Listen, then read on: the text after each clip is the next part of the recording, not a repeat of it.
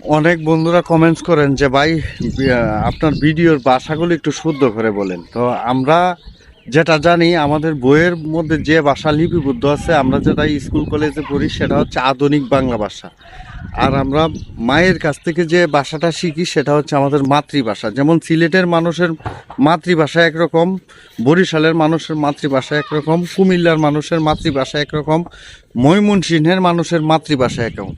আমরা মায়ের কাছ থেকে যে ভাষাটা শিখি সেটা হচ্ছে আমাদের মাতৃভাষা, প্রত্যেকের মাতৃভাষা। তোমার ভিডিওগুলো চিত্রায়িত রচিত বা তার যে কৌশলগুলি আমরা মাতৃভাষায় স্থাপন করার চেষ্টা করি। তো আমাদের বন্ধুবান্ধব যারা রয়েছেন, আমরা আগে কিচ্ছা কইতাম, একবার যদি একটা কিচ্ছা শুনতাম তো সেই কিচ্ছাটা কিন্তু পরবর্তীতে আমার বন্ধুকে আমরা শোনাইতে পারতাম। আর বই পুস্তকের যে ভাষাটা আছে সেই ভাষাটা যদি আমরা পড়তাম, পরবর্তীতে সেটা মুখস্থ থাকতো না। প্রত্যেকের মাতৃভাষায় কথা বললে মানুষ সহজেই শিখতে পারে। তো ধন্যবাদ।